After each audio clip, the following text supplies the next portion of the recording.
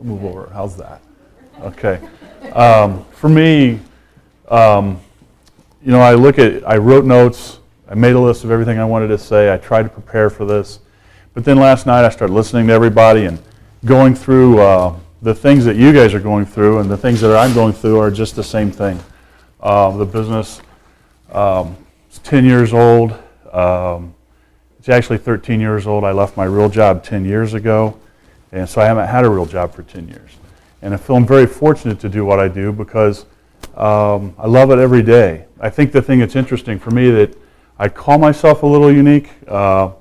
My background is I've been in sales, marketing for a long time. I've been in positions where I made 20 phone calls a day, worked full commission for 3 years.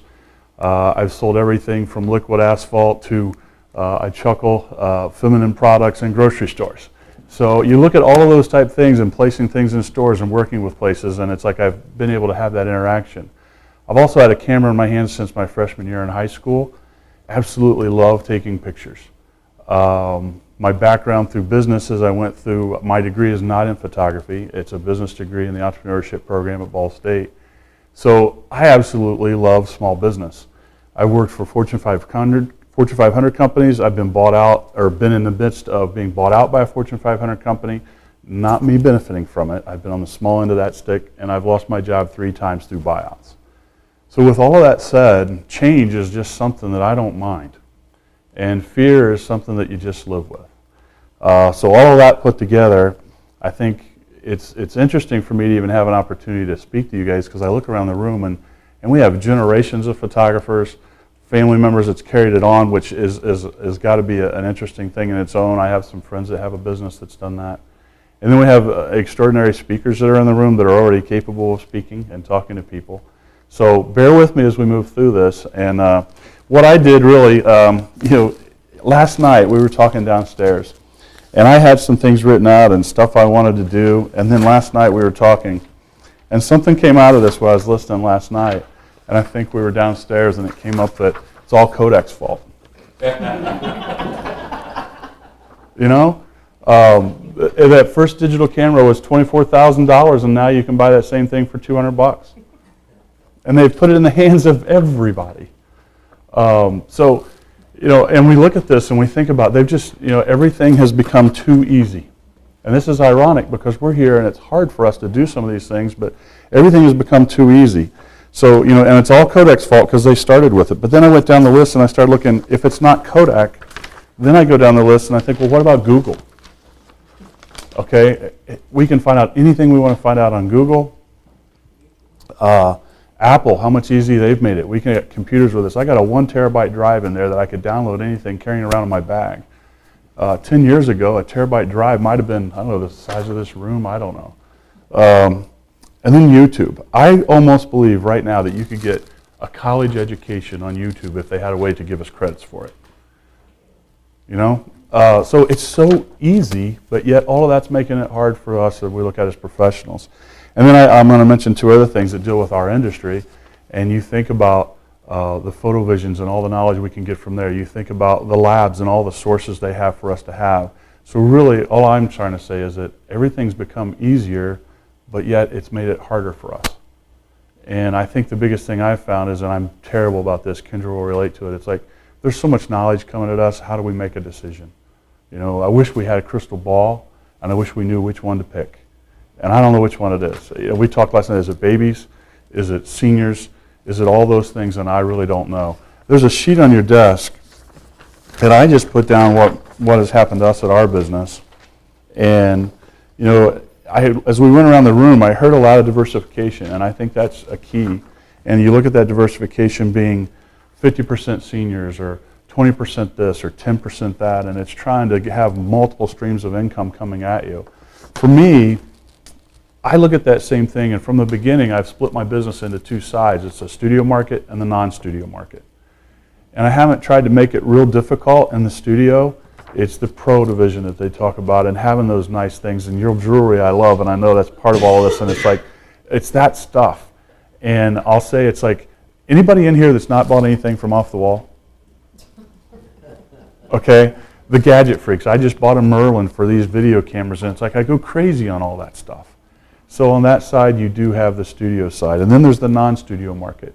And I believe our business is something, to me, what the business is to me, is it's not always all the real fancy things, but it's to offer, there's 2 times to enjoy a photo. And I believe what business we're in is that the first time to enjoy that photo is when it's taken. And I think at that point in time, are we really photographers or are we entertainers? And I like the entertainment side of it then. And then the other side of it, and I think this is real important, is we have a real important time, it's the reminisce value. And with the reminisce value, it's like, what's it going to be later, and how are they going to go back and look at it at 10 years or 20 years? So with all that said, I look at the studio market and the non-studio market, and they're both a challenge. But if I could try and draw this now for you, I was at a seminar one time, and there's a lot I don't know, and in this room I'm sitting here thinking of all the things I could learn from all of you. And I was asking all these questions. I had a boss one time that says, make it make sense. If it doesn't make sense, ask questions. So I'm asking questions. And you go and you hear speakers and you hear numbers and they say, yeah, I did this much and I made this much and I'm worth this much. And then I'm adding it up and I'm like, gosh, does it make sense? So I always look at this, and this guy, one day I was asking all these questions.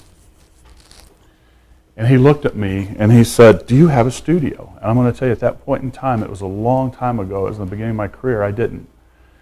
And he goes, well, you got a long ways to go, you got to pay a lot of dues and then you'll be ready. But really I was asking questions that were hard of him because he was on this side of the fence, which what I'm going to tell you, if you can bear with me, this is the artsy-fartsy side, and this is how I describe photography. This is the artsy-fartsy side, and this is the bean counter. And somewhere on there, we're all just trying to exist. And there's not a wrong place or a right place.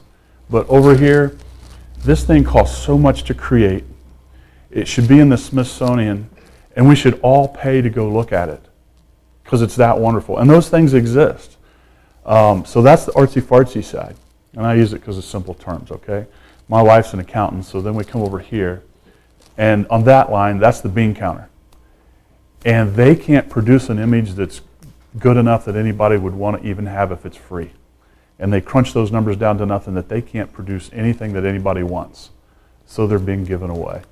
Trying to survive on this line is our challenge. And today, that's one thing that I'd like to say, that I think there's success in all different points of this line, whether it's a studio, and a studio sometimes can be way on the artsy-fartsy and way sometimes down here because their stuff's not very good and nobody wants it. But what I look at is I think there's also, there's a price point that you come up with sometimes. And sometimes the artsy-fartsy is fun and cool, and there's a market for that group of it. And then in the volume side of it, it's like, okay, $65 memory made, or excuse me, $65 8x10, and some of you in here probably are higher than that. And that's, you know, whatever your a la carte prices could be, 114, wherever it might be. Or how do you swallow now? I'm down around $12 or $15 for that same 8x10 at a school or a market like that. So what we've done is with this is we do both. And we do both under the same name. I don't know if there's a right way or a wrong way or what's better or not to do it, protect your name, not protect your name, but for us, we're able to use both. And we don't see a problem with it. And I know this is tough, but if you think about, I tried to tell myself, if McDonald's went into the steakhouse business, do you think they'd have a really good, wonderful product if that was a market for them? And would they still use the golden arches? And I believe that McDonald's, if they wanted to, could come in here and open this unbelievable steak market, but it would, no matter where you would go in the country, you know it would be consistent. It would have high-end service, and you'd get a consistent product no matter where you went. So that's where I'm at with the volume side. Now, as I go through this, I get excited about this because it has changed my life in ways. I heard numbers of everybody in the room. I'd have to tell you that our split is we're about 50-50. We've always tried to maintain growing our volume and growing our studio. And what I keep finding is that I grow the studio, I grow the volume. I grow the studio, I grow the volume. Sometimes we're at a point where it gets hard to keep doing both. But I've found that if I look away from this side, which is the studio, it starts to just slip away. But if I look away over here for a second, yeah, it's not slipping away, but I can come back and I can keep edging it up. So now we're starting to see our volume take over our volume from our studio. You know, as we were walking out the door earlier, I talked about, I have a friend and he's one of the most financially successful photographers I've ever met. I don't know all of you, so you guys could be in different areas like that. And I use the word financial. Right now, I look at this and he's at a point where he's kind of ready to say, you know what, I've done this gig, I want to move on. But he has a lot of money in the bank and he's successfully able to retire and quit with this. And his was done in the sports volume. He's also worked real hard in the studio and he's done both. You know, for me, I look at last year we were up and we're not a huge dollar place. I'd say we're probably average amongst most, but last year we increased our dollar volume by $80,000 at our revenue. Just our, not net, our gross is up by $80,000. What does that mean to us at our studio? There's myself, I have Kendra full-time, Damon full-time, and Jody. And pretty much that's a designer, pretty much operations person, myself, and another person that helps us with all of our sales and things up front. The thing I found though is that the sports school market is so easy if you're able to just give up some of your fears and give up some of your control. It's fun for me at my place right now because when I first started it was Chris taking pictures, and then there was this place called Crabtree Photography. And now I'll be sitting in a room and I'll hear Kendra or one of my, we have some paperwork people that help us when we do our sports, and they'll go, oh, I'm over here at Crabtree. We're not even known as Crabtree Photography anymore, it's Crabtree. And that's a real bonus, I think, of a feeling for us because now it's starting to take on a life of its own. One of my more successful days that I've had that I look back and I think, geez, if I could only repeat this on a regular basis, is I was on a houseboat in Dale Hollow, hanging out for a few days, and we had a whole group of photographers there, just interacting. But the beauty behind that is I had people like Kendra and other people at the studio. We'd put things in place that during those 3 days while I was gone, we grossed over $20,000. And I don't know if I could do that being in the studio. It's, you know, putting those pieces in place. So I think where the school market is huge is that if you already have equipment, you already have knowledge, and you know, if you already have sports and you're trying to do the school side of it, boy, it only takes a few little things. And I'm going to have to bring this here. I'd like to show you this. This is, have you guys ever seen these? I got to talk about, anybody who has not seen this, raise your hand.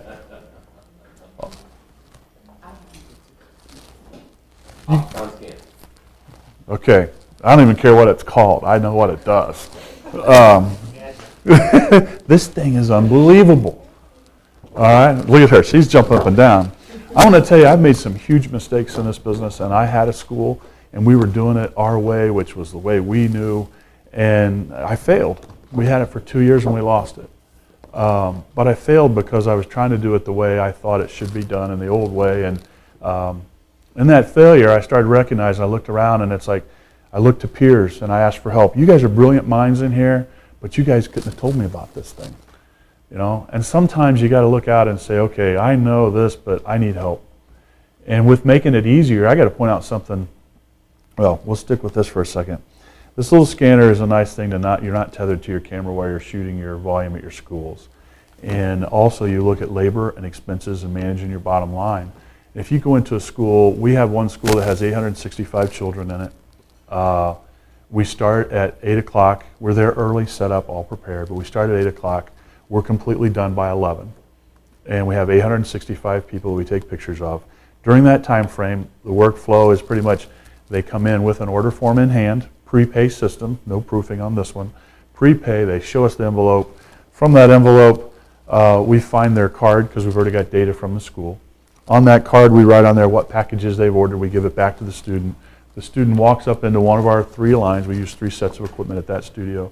They give it to the photographer. The photographer looks on the card, and this is how it works. You can look in there and pretty much, I know she's got to point me out. See what happens? You got to have good people help you. So you do this. The person gives you the card. You look at it. You scan their name. So now you have who you're going to take the picture of. Now you look at the bottom of that card, and it's like these are letters with barcodes, and it's like, okay, they're going to order a package O, package Y. That's what Dad ordered. We just split it up. Now this is what Mom ordered. And by the way, we want retouching. And by the way, Miss Ma'am, did you have senior pictures done today or this year? No. Would you be interested? Yeah. Okay. Well, they're interested in a marketing piece from us for senior pictures. Or if it's a children's place, they're interested in a children's marketing piece. And then we sit down, and while that's going on, I actually hire a person that, and you know what, it's an extra labor person, but I have a person go up, and they're responsible for nothing but shirt collars and fixing hair. And that one person costs me $7, $8 an hour, whatever it is. But when you get done, it's amazing if you tell a school you're going to do that for them. They think you're wonderful, and it does make a difference. Photographer never moves, takes the picture, and they go on. Now the beauty behind that, when this is all done, we come back. We weren't aware of any of this system, but it's amazing how this works now. We come back, we download the images from our camera, and we download all this data, and it marries together with the software that we're able to use through here. We've been able to actually go into a school, the first school we ever did. H&H came and helped us through this because of the technology. We came here to learn this software, but then we were able to take the pictures on a Monday evening, go back to the studio, download the images, download what they ordered, match up the heads in the software if you ever get to see it. Are they going to see all that kind of type stuff or get a feel for an easy event? Anyway, you pick a head and you fix them all the way you do it. Basically, we were all done with that, and the whole job was delivered back at our doorsteps by Thursday. We shot them Monday night. Now, if I go back to my old way, the school I lost, if you could use your imagination, just close your eyes and think about this. 3 camera setups at registration. They show up in sweatshirts, shorts, and junky clothes, and they want to take those pictures. Then we go back 2 other days with 3 sets of equipment, and we're doing the rest of the pictures. And some of those kids come back up again, and they want the real picture now. Okay, now we got all these pictures, all this data, and I'm trying to manage it on Excel spreadsheets and keeping it logged and doing all that. It's like, I think where I'm going to stop, because I get too excited with all this, is that it's all right to not know something. And right now there's so much information out there. It's like, call somebody and ask for help. And that's how my relationship started here. Is I called Dave, and I said, Dave, I just lost a school, and I need help. I'm trying to do this. My mission with this is that we do several thousand kids in our sports volume. And I would like to see all of those names and those people be our funnel. And Kendra's going to smile because I've showed her this several years of my life. Does anyone understand a sales funnel? Has anyone ever seen what a sales funnel is? You guys all have? So basically, you know, if this is our sports market, see, I'm a better photographer than an artist, trust me. But here's all of our volume, and slowly we weed a few of those people in here that they become our clients, and they do come to us from over here. And they don't mind the fact that it's the same logo doing both. I don't know if that's the right way, and you can split it, you do whatever, but the fact it's the relationship that's important. So with all of that said, I'm going to stop now unless there's anything else. You know, on my way here, I'll end with this, that I bought a book in the airport, and you know what, the fact that it says, you know, the whole work smarter, think bigger, and make more. The only challenge you guys have with this is just yourselves, because you already have the knowledge, and I mean, especially if you're already doing volume, it is easier doing underclass pictures than it is doing sports. And the funny thing about it is that when I started talking about everything's getting easier, the reason the Giants faltering is, like, you know, in our case, we wanted it to stay hard so we could keep that portrait work. It's getting easier, so it's easier for us to do what the Giants are doing and take that business. So I wouldn't be afraid of doing it. I'm looking forward to seeing where it goes from here on out. We picked up 4 schools last year, and this year we're on the verge to possibly by the end of the month having 4 more. And we're not, you know, you're at 80 schools and growing, and it's like there's nothing that stops you with being able to do some of that stuff. So, Chris, thank you very much. Do what? You should be a speaker. Well, thank you. Thank you, Chris. Not an artist, though. Not an Well, artist. I'll give you. Okay. You know, I think the reality is, in some of the times that I have to always remember, I tend to, you know, I'm not This like thing? a lot of you. I don't have the creative part of my life. I'm a salesperson. Thanks. for asking them for their business. So, so I see it from a sales perspective, I see it from a numbers perspective. And I gotta remember that, not only the school and sports business is not the only business